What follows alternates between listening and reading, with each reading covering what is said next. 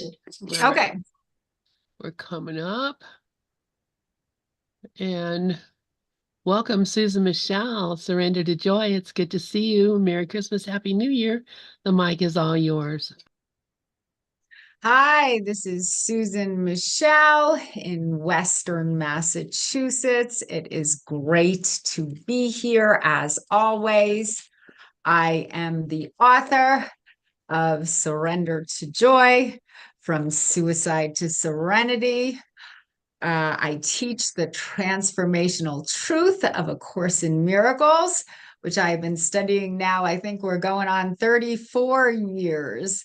So I've been studying it for a very, very long time. And when I live it, I feel the peace, love, joy, and happiness of God. And when I don't, when I block God's love, I don't feel as great. That's my story. But my meditations lately are more empowering, and I'm connecting to a greater extent to Christ consciousness. So I feel like I'm getting closer to really living A Course in Miracles principles. My good friend and soul sister, Myrna Scholar, is here. She is the author of Private Lessons with Jesus, based on the principles of A Course in Miracles. And I love, love, love her book. How are you doing today, Myrna? I have to return the compliment. I love your book too, really. So our books kind of cross paths here. But I'm doing fine. It's great touching base with you after this busy holiday season. And you and I were discussing the end result, the end lesson of A Course in Miracles, the very last lesson, which combines 5 days in one. Very powerful. And we were discussing that. Today, I believe we're on lesson 363 in the workbook for students. So we're kind of right in the middle of these lessons that are all exactly the same. Lessons 361 to 365 are all exactly the same. And it's just such a beautiful passage here that Christ wrote at the end of his workbook. And I also have lessons 361 to 365 in your book, Myrna, which I'd love to read as well. They're not that lengthy. Do you want me to read the lesson from A Course in Miracles, and then you can read the lesson from Private Lessons with Jesus? Would that be fun? Whatever you like. It's all the same. It's all good. All good. As our good friend always says, it's all good. It's all coming together, and it's all good. Yeah, there's so much to talk about. And as the lesson says, it tells us that we never have to worry about what we're going to say, because Jesus will give us the thoughts and the words. That's exactly what you and I zeroed in on when we were looking at that lesson. So whatever we say or whenever we say it, it's going to come to us. So what would you like to do? Do you want to, let's start with the course. I can even add to what you just said a little bit. Like, if we do worry about what we're going to say, we're actually blocking God's thoughts. We're blocking God's words, because I do believe that worry blocks the flow. But when we can trust, then we can really hear and communicate the words that God is giving us, right? Totally. Yeah. How could you dispute that? Of course. So here, today's lesson starts. This holy instance would I give to you, be you in charge, for I would follow you, certain that your direction gives me peace. It's so beautiful. I mean, yeah.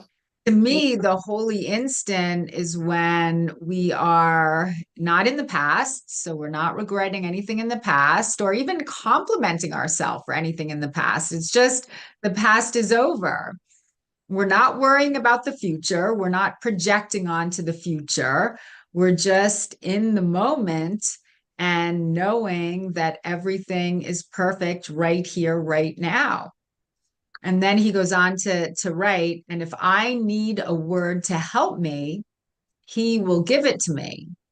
If I need a thought, that will he also give. And if I need but stillness and a tranquil, open mind, these are the gifts I would receive of him. He is in charge by my request, and he will hear and answer me because he speaks for God, my Father, and his Holy Son. Yes. Very interesting. The conclusion of this lesson tells us that, we now have a friend, and we can rely on our friend, Jesus. He's been through us through the whole 365 days. And here he is telling us that if you need a word, if you need a thought, just rely on me and I'll be there for you. I absolutely, those words give me so much comfort, because like you say, once we start to trust and feel empowered, because we are trusting, because we're knowing that we can't fail. This is telling us you can't fail.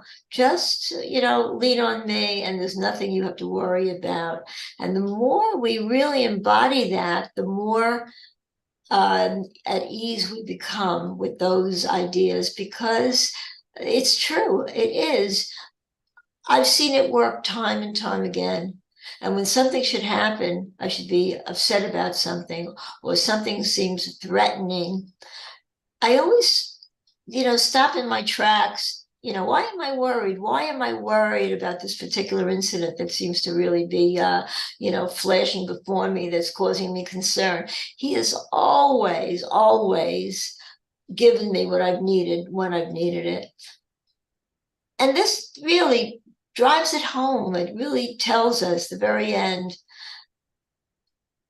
of this year. Wow, it's really a Yes. incredible one too. Yeah. Yes, I feel very positive about the new year. I am thinking about my it's interesting how my life works, because when I'm in meditation, or when I'm with you right here, right now, or when I'm reading Course in Miracles, I feel very connected to God, very empowered, connected to Christ consciousness, at peace. And it's interesting. And then I come out of my meditation, and then I start thinking about my day and where I have to be and what I have to pack, and I have to be on time. And so I kind of go into a different mode of operation, where I start to kind of run around and pack my stuff and look at my watch to be on time. And I'm still in the process of bringing those two aspects of myself together, because it's not about separating God from life. It's about bringing God consciousness into my life. So I'm aware of time. I mean, you have to be aware of time. I was meeting my friend at the reservoir at 7:30, so we have our talk today at 1. So I do believe, as a Course in Miracles student or not, you need to be aware of time, but you don't want to, but I try not to get stressed out about time. I remember one time I was down on the subway platform in New York City, and I wrote about this in my book. And I was late for work, and I was so upset that I was running late, because I hate to be late. And I was standing on the subway platform, and I kept looking down the tracks to see if I could see the train coming. And I wasn't seeing any train coming. So I started to hyperventilate and stress and breathe heavy and really get so stressed out that I was completely cut off from God. And then all of a sudden, out of the blue, I got this insight. It was like my angels were talking to me. And what I heard is the challenge is to live in time and out of time at the same time. So for me, in time is okay. I had to be at work at 10 a.m. Okay, you want to be aware of time, but out of time is not stressing out about the time. And it's bringing those two thought systems together. So be aware of time, because I think punctuality is a good quality, but not get stressed out about time. And that's something that I continue to work on. Isn't that the same as live in the world, but not of the world? Living in the world, yes, you're in the world. You're not going to deny the world you're living in. We're living in it, even though we know on a deep level there is no world, there is no time, there is no nothing related to the world. It's all, it's all created by, the separation. I mean, this is how the world came about. But because we're living in the world, we do the best we can. And and it helps because the ego is relentless. We are beholden to it. It's a part of us that we created. But the part that we didn't create is the part we need to really be more aware of, and that's the part that we're connected to God with. That's the part of God that we share, and that has nothing to do with our individualism. It has to do with being a part of a consciousness that's so much greater than we are. And and again, if we hold that concept and hold that belief and hold that the truth is not just a belief, then there's so much more we can attain in our life, living in the world. And the reason is because we don't have to stress about it. We don't have to worry. We don't have to be thrown um, by things that are thrown to us on a worldly level, problems that come up. Charlie used to say something. Charlie's my husband. He's deceased. He died in 2012. And every time I would worry about something, he would say, do you know that if you do nothing about 90% of your problems, they'll go away? He used to tell me that. And I used to feel so assured by that because it's really true when we think about it. We don't have problems that really manifest that we're carrying with us from year to year to year. We struggle with it perhaps, but the more we learn, the more we are based on A Course in Miracles, the God concept that comes through A Course in Miracles to us, the more we know that we just need to let it go and have faith that we don't have to worry about anything. I love that. Live in the world. We're in the world, but we're not of the world. We're of the kingdom of heaven. This world is not our home. We are, and I say so often, the external world is nothing more than a reflection of an internal condition. We're always creating our life by the thoughts that we're carrying. Yeah, and it's I know it to be true. I was listening to an Audible book the other day, and it was by Joseph Campbell. I think he's deceased right now, but it was Yes. on, and it was from a Christian standpoint. I believe he's just more of a traditional Christian than Course in Miracles. But I did agree with what he was saying. I read another one of his books years back. I think it was The Power of the Unconscious Mind. Power of Something. Myth. It was called The Power of Myth, if that's because I had it It was also. probably a different book. Oh. Yeah, I think he's written numerous books. I'm gonna maybe read that one. But this was like The Power of the Unconscious Mind, something very similar. But during this book that I was listening to, he was talking about how when we need to know something, what we need to do is be still. Because when we are still, the answers always come to us from God, but God is in us. God is a part of us, which is interesting because he's traditional Christian and this is how he's talking. I think he's a very wise man, you know, and I believe that. I mean, he was talking about, okay, if you have something important that you need to know the answer to, just kind of put it in your mind before you go to bed, pray about it. A lot of times the answers will come to you in your dreams. He says, but you don't have to search frantically for what you're looking for, because when we search frantically for what we want, we actually, in a way, push what we want away from us, because that is like a low vibrational frequency, like frantically searching for something. I mean, that's always true for me in my life. But when we can just trust that the answers are available to us, and we can just still our mind to hear what God has to say, the answers can get through so easily.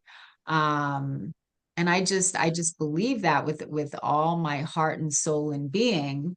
And I think that also is similar to the lesson that I read, because it's if I need a word to help me, he will give it to me. If I need a thought, that will he also give. So it's a matter of trusting that the answers are right there. I mean, I'm one of my resolutions, you know, my goals in the new year is to find a new position. You know, I think it's time for me to move on from my position that I'm doing now in the world, in the working world. I know that I've gone through stages where I've frantically searched for jobs, and I hate job searching. I do, but just to pray and to know that there is a job for me waiting for me that needs me as much as I need it, and to trust that God is going to direct me and let me know how to find it. You know, I really am going to come from a peaceful state of mind. So I'm feeling pretty positive about the new year, very positive about the new year. And yeah, and it's just about, I love what Charlie said too, your husband, that 90% of your problems will just dissipate when you don't focus on them. A Course in Miracles tells us that our only problem is that we feel separate from God, and that is not a problem because we're never separate from God. Never separate from God.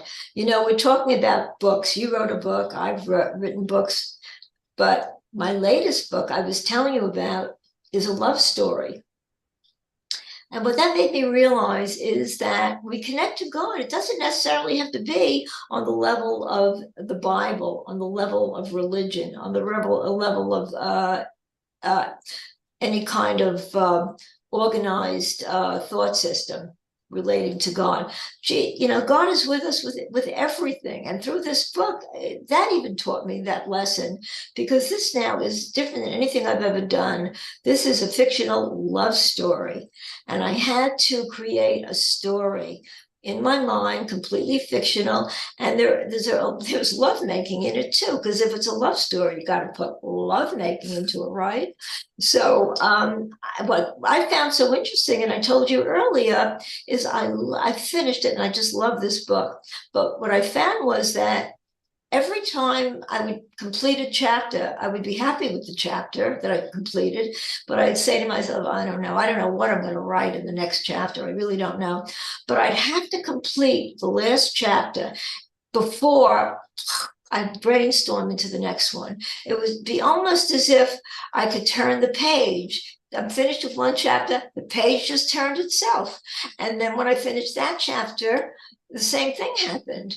And I, conferred with Jesus on this as well. I mean, even though it's a fictional love story, I believe that I had his awareness with me through this whole book. And it illuminated me because I was able to take this book down the path, okay, of a complete fantasy. And it was absolutely wonderful. It really was, because it's fictional. It is a love story. And it turned out to be a really beautiful love story. And I just can't, feel elated enough, because I'm just so excited about this. So when you say, no matter what it is, whether we think it's something that God would be interested or wouldn't be interested, God is always interested in anything that we do, if it gives us pleasure, if it gives us peace. And that's what even this book taught me, that we can do anything at all. You can want to walk a tightrope if you want to in the circus, and God will be there if that's what you want to do. So I really became that much more aware of my own individuality, as well as, my individualness is connected to the greater part of me and the greater part of who I really am, part of God. So, yeah.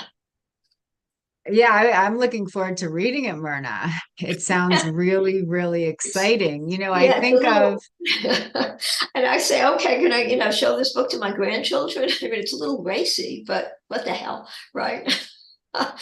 Anyway. I think of another thing that came to mind is I think of physical connection from a Course in Miracles perspective. Now, physical connection, sex, I believe, is of God. However, when you're using that physical connection alone to attempt to achieve closeness with your brother, it is impossible, because the bodies are not real. But you can use lovemaking to connect with your brother, I believe, but it really comes from like a higher state of consciousness. Mm-hmm. From what I know about Jesus, and this is something that I read in one of his, one of these books that I read, I think it might be Tina Louise Spalding, The Autobiography of Jesus, My Autobiography. I might have heard this from her.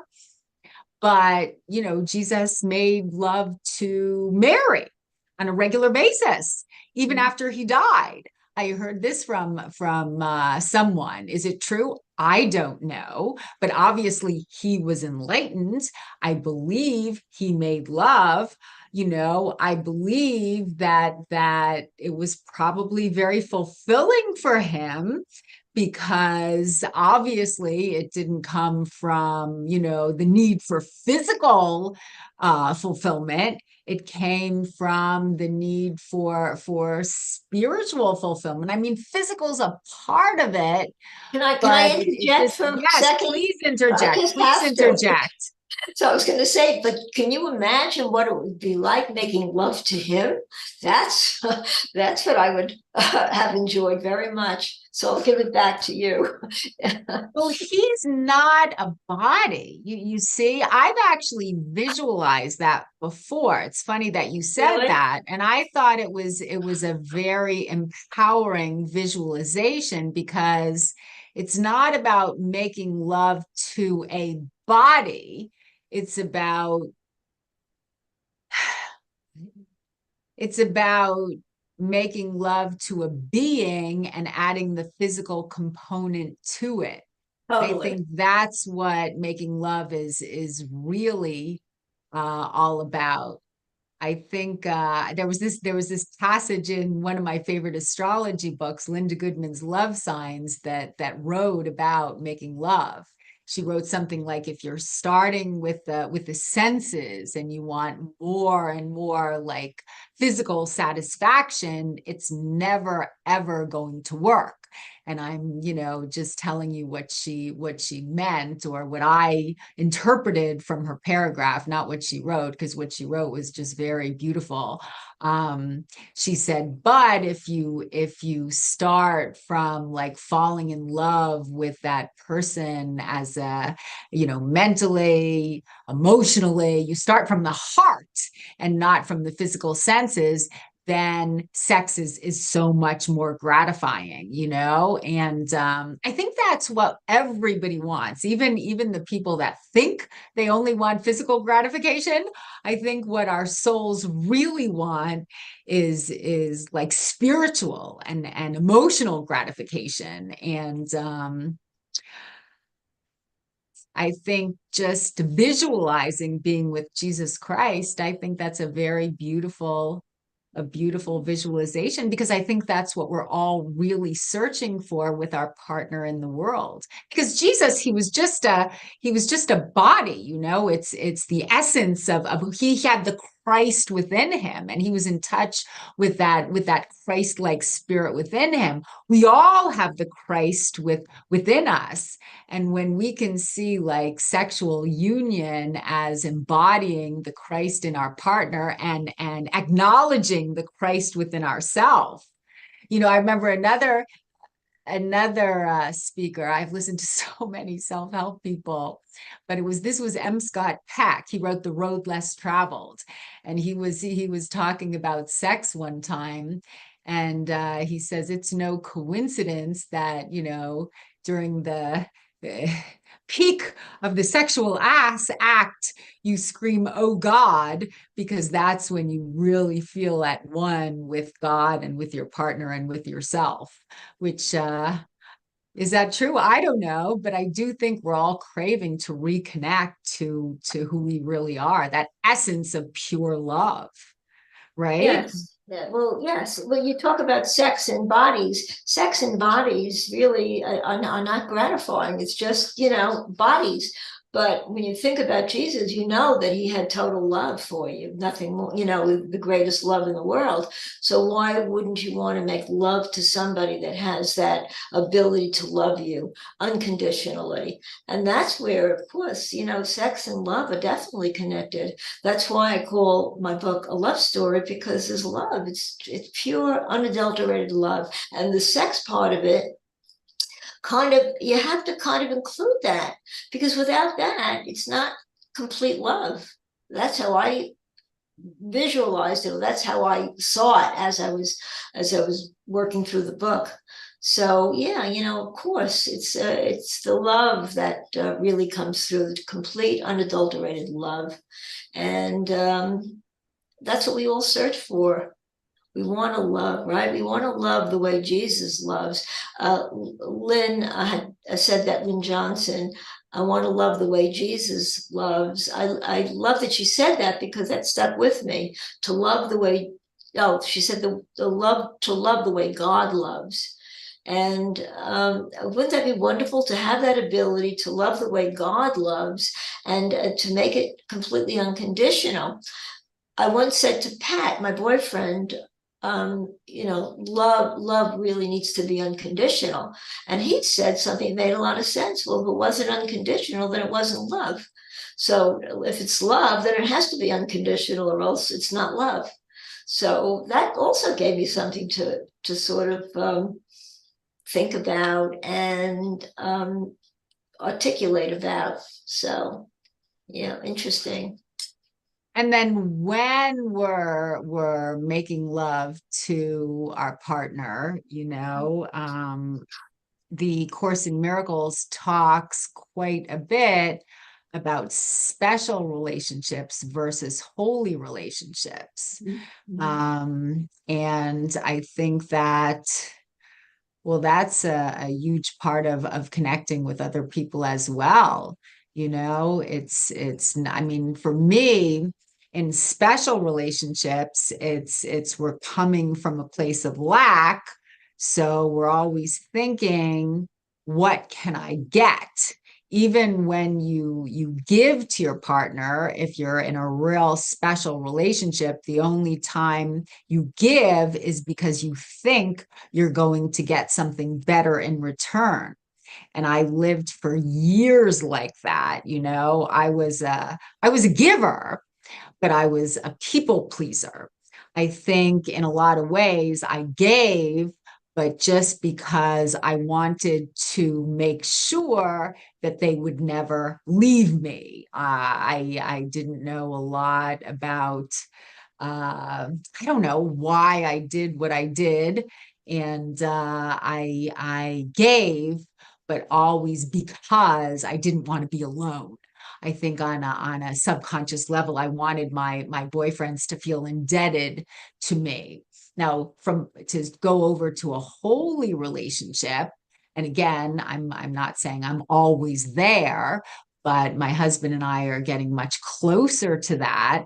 And now it's more about giving without expecting anything in return, because Course in Miracles says that giving and receiving are the same. When we give to another person, really what we're doing is we're giving to ourselves. So it's not about expecting anything in return from that person. It's just about giving because it feels so good, and I do believe that wholeheartedly. When you can truly give to someone else, not expecting anything in return, it just feels really good. And that is of God. And that's the state of mind that I am always striving to connect with, because that's coming from my true self with a capital T and a capital S. When we give to other people without the expectation of getting anything in return, we give just because it feels good. We give because we're full, and it just feels good to share who we are with our brother. It's about extending God's love to our brother, and it feels good, because that is the essence of who we are. We all have everything that we need within us, and in a way we don't even know how much is there until we give it away. Course in Miracles says we need our brothers to get into heaven, but it's not about getting something from them. It's about just knowing that we have so much wealth, and it could be financial wealth, but that's I think there's a lot of love within each and every one of us. And I think God wants to share his love with us. So he wants us to open our heart to receive his love. And because we are created in God's image, I think we have that same desire. We have the desire to share who we are with our brother. It's like a miracle. It's like when we can extend a miracle to our brother, we realize how good we really are. We realize by extending that love out of us, through us, how much we have within us. We don't even really know how much is there until we give it away. You need to write another book. I have to tell you, I'm very impressed. That is absolutely, from A to Z, you covered it all, which is true.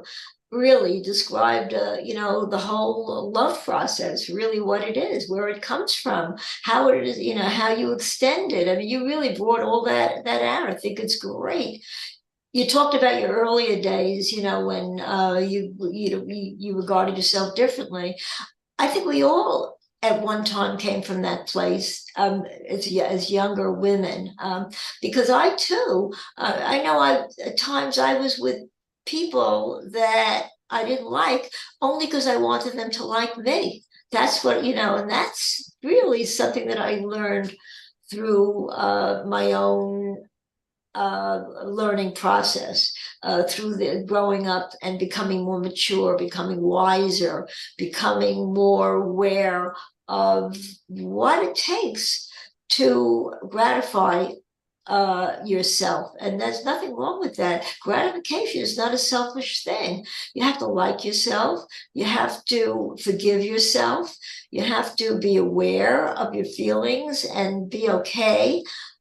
And we can't beat ourselves up, which we all tend to. I do. I mean, I say we all. I can't speak for everyone, but sometimes I'll do something. I did something a week ago. I gave money to somebody without thinking, a repair that was supposed to be made without checking on it first, and I did a stupid thing. I should have asked. I should have asked questions that that came to me later. Like Jesus says, first you do it and then you ask me. He says so right in the Course in Miracles. You always ask too late. Anyway, so but the point is that I found myself beating myself up. But I found too that I was able to stop in my tracks and say, "That's it. I'm not going to do that. I'll learn from this. I should have learned by now, but it was one mistake that I made. It could have been avoided." And that's when you start to kind of pound yourself, into the pavement. But I realize that it's something to learn from, and perhaps it'll keep me from doing something a lot worse in the future, because this is something that made me aware. And I think Jesus is giving me that message too. Slow down before you react, before you do something without thinking. Go ahead. You go ahead. No, I don't want to interrupt you, but No, that is just such great advice from Jesus. Slow down. It was, see, like I said, I tend to feel very connected to Christ. I mean, when I'm here with you, when I'm reading A Course in Miracles, when I'm meditating in the morning, and then sometimes in life, it's hard for me to stick to my time schedule, so I end up racing around. And even before this time together today, I was downstairs and I was preparing food, because I have to eat, then I have to put on a little makeup, and I was like making some eggs. And what I did is I cracked open an egg, and instead of putting it in the pan, I put it in the sink. So it went down the drain. It's like, goodness, I'm throwing eggs into the drain. And my husband says, you're moving too fast. You're just not thinking of what you're doing. And Right. I think that it's so important to just, my running partner was saying the same thing, that she moves too fast, and we all do it. But when we can just like slow down and think about what we're doing, we actually accomplish so much more. It was very clear to me that I lived like that when I was in Manhattan. I would always say my life in Manhattan, it was like a hamster running around on a habit trail. Sometimes, not all the time, but that's true now sometimes too. But we always have a choice. We can move slower and accomplish more, or move faster and frantically. And I think when we move too frantically and too fast, it's stressful. And whenever we're stressed, we're disconnecting ourselves from God. And I think the most gratifying experience we can have in life is just being fully present in each and every moment. So it's really something for everyone to just be aware of. Even when I'm with somebody, I mean, I can tell if somebody's fully present with me or if their mind is elsewhere. And when someone is fully present with me, if I'm fully present with whomever I'm with, it's that's the connection I think that everyone is craving, just to be fully present in that moment. And it's not natural, because that's kind of not what this world teaches. Maybe it's natural, in our true state to be fully present. However, when we come to this world, I don't think it's what the world teaches. The world isn't encouraging us to be fully present at each moment. It's in a way, I mean, I learned it when I started studying A Course in Miracles. They call it mindfulness, but mindfulness, it's a high vibratory frequency to be fully present in the moment. Don't you think, Myrna? Yep. So, mindfulness, Myrna's talking to someone. So mindfulness is to be fully present in the moment. And Sorry about that.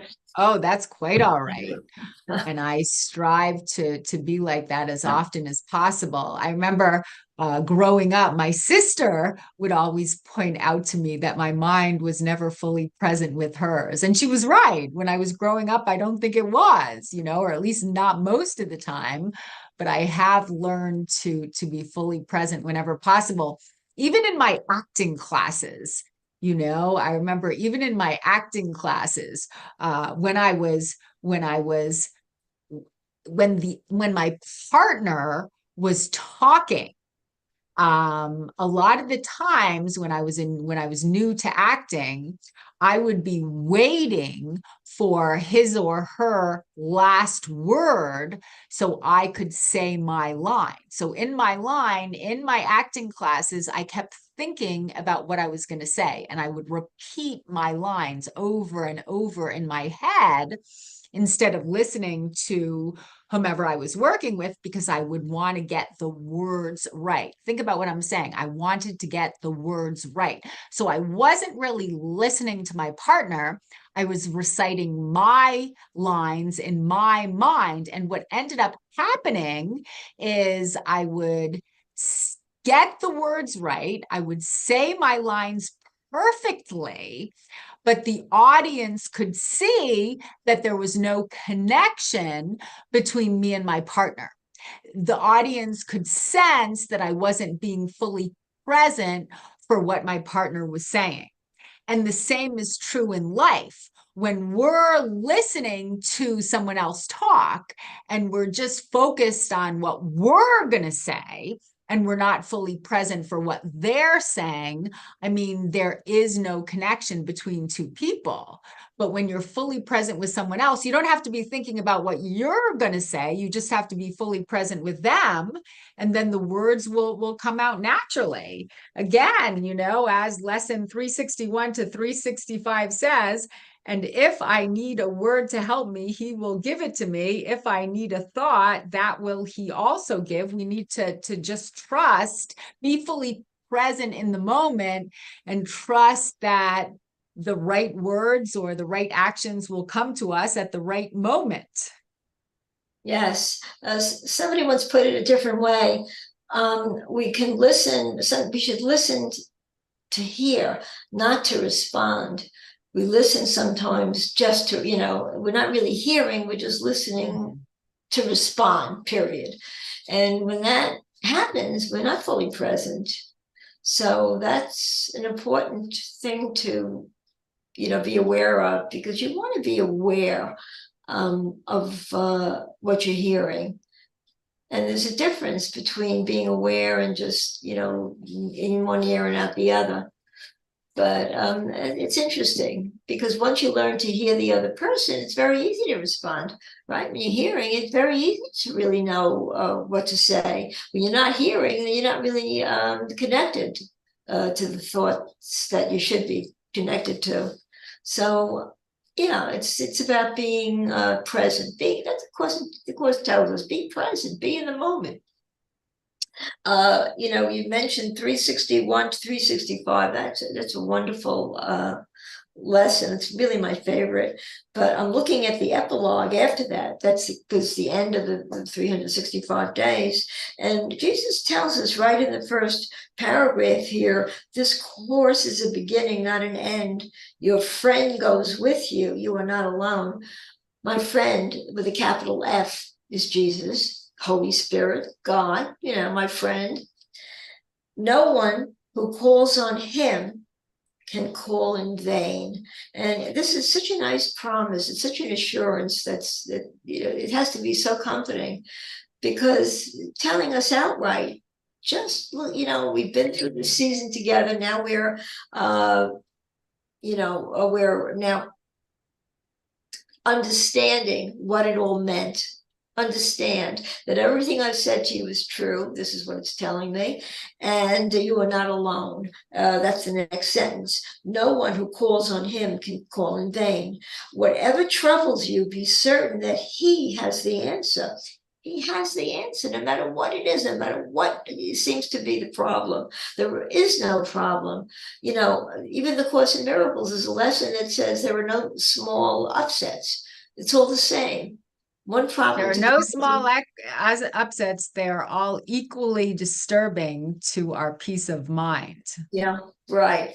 Right. Or no order of difficulty in miracles. It's just as easy for God to handle one problem as it is for another, no matter what it is.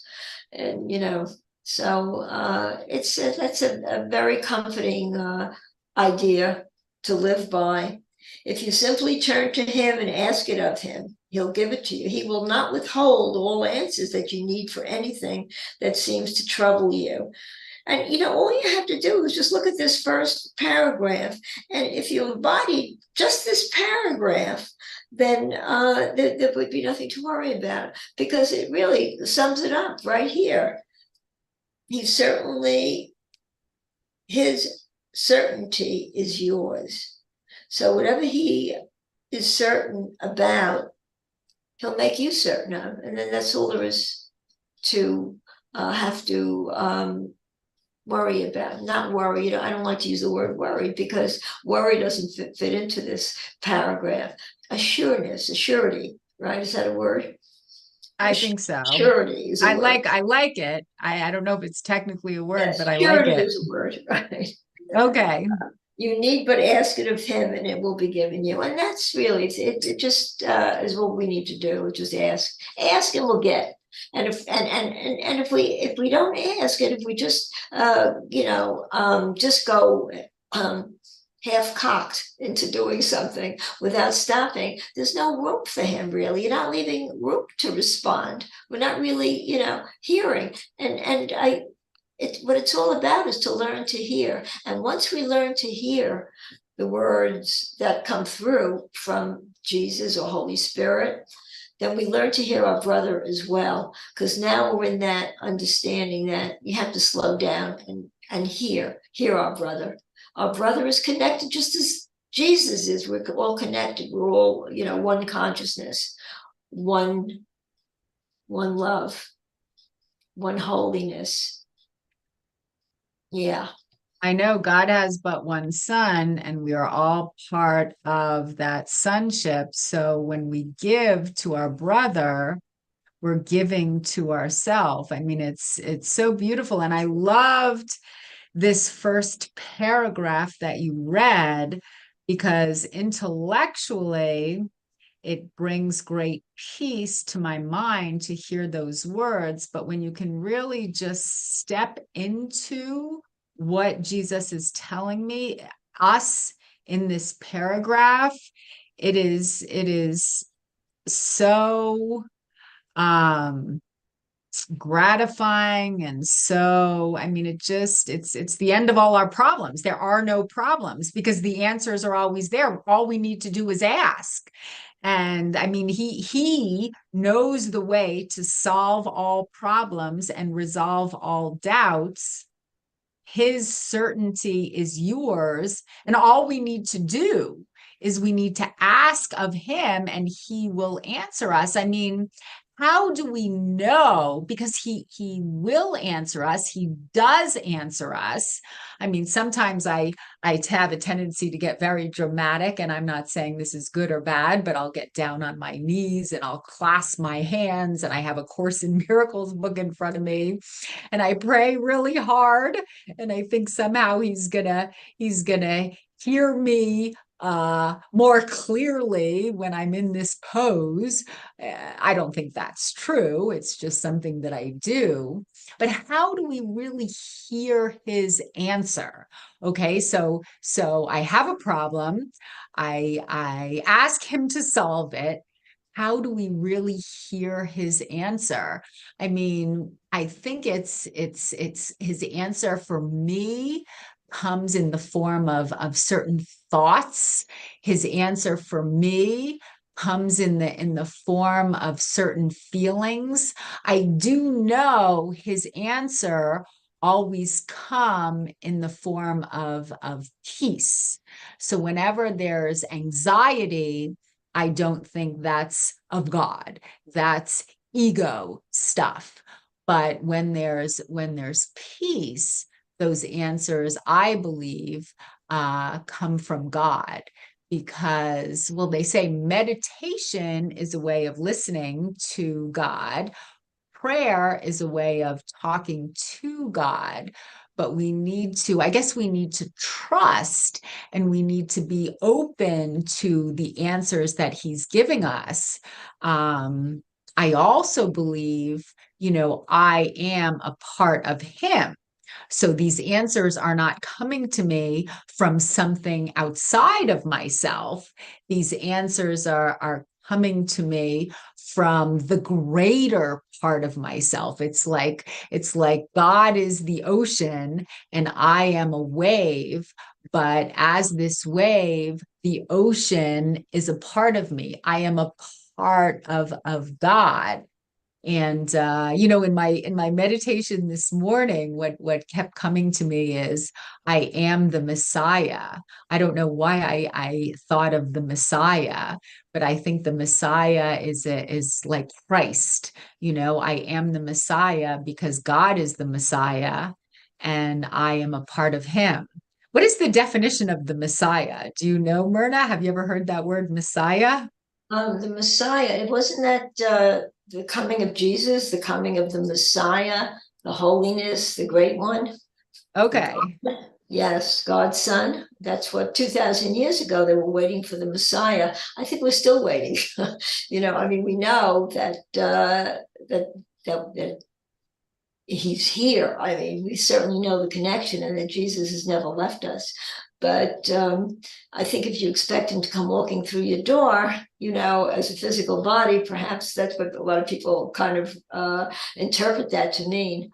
But I think it's the essence of God, the Messiah, the holiness. I have to tell you something funny. I don't know why I'm even telling you this. I was watching the 2.5 Men reruns, and it's very funny because the main character is Charlie, and his fiance left him, and he's just he's in despair, and he goes to a church and he starts to pray to God.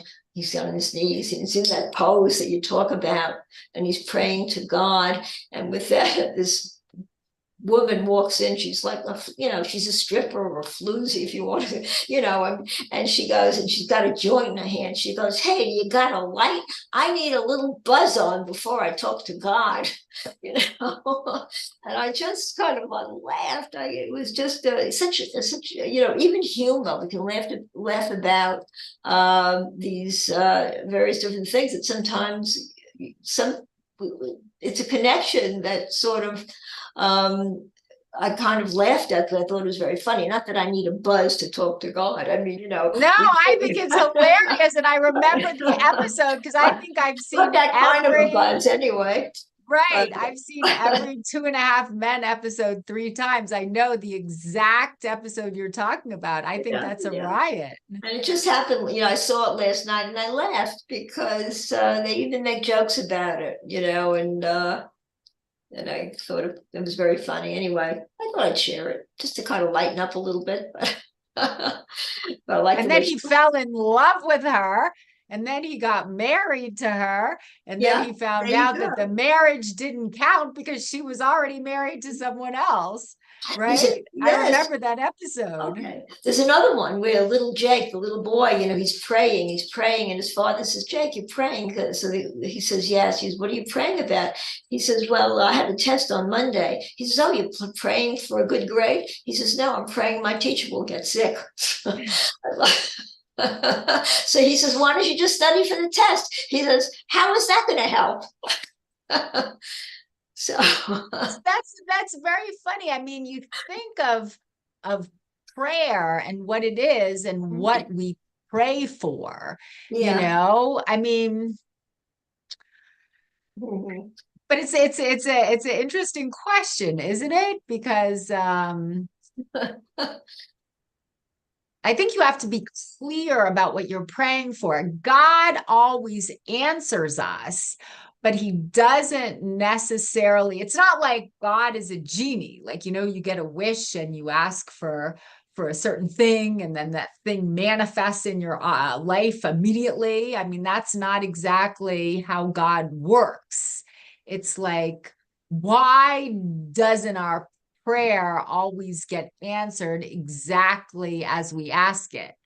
Because I think God always answers us, but he comes into our life in a way that will help us and support us on our spiritual journey. And getting an exact answer to our prayer isn't necessarily the help that we really need at the time, right? Exactly. He gives us the right answer, but we don't always know what the right answer for us is. God knows what I need to a much greater extent than I do. Yes. Well, yes, because it's not always what we ask for is not always in our best interests. And God is not going to give you anything that's not in your best interest. We don't know that. So, that's what I take it to mean. I understand. Thank you, thank you, thank you. And it is now just about 2:00. And I love you so much, Myrna. Thank you so much for being here with me today. This was so much fun and such a great way to bring in the new year. It's almost 2024. Yay. So as A Course in Miracles says, nothing real can be threatened. Nothing unreal exists. Herein lies the peace of God. The only thing that's real is the love. Everything else is an illusion. Thank God for that. And I loved our talk today, Myrna. Thank you. Great. Thanks, Susan. Me too. I love being with you too. Have a great day. Bye, sweetheart. I'll talk to you. Bye. All right. Thank you so much, Myrna and Susan. Michel. I love your talk also. And so wonderful to see you all, and Happy New Year. Same to Happy you, New Year. Thank you. We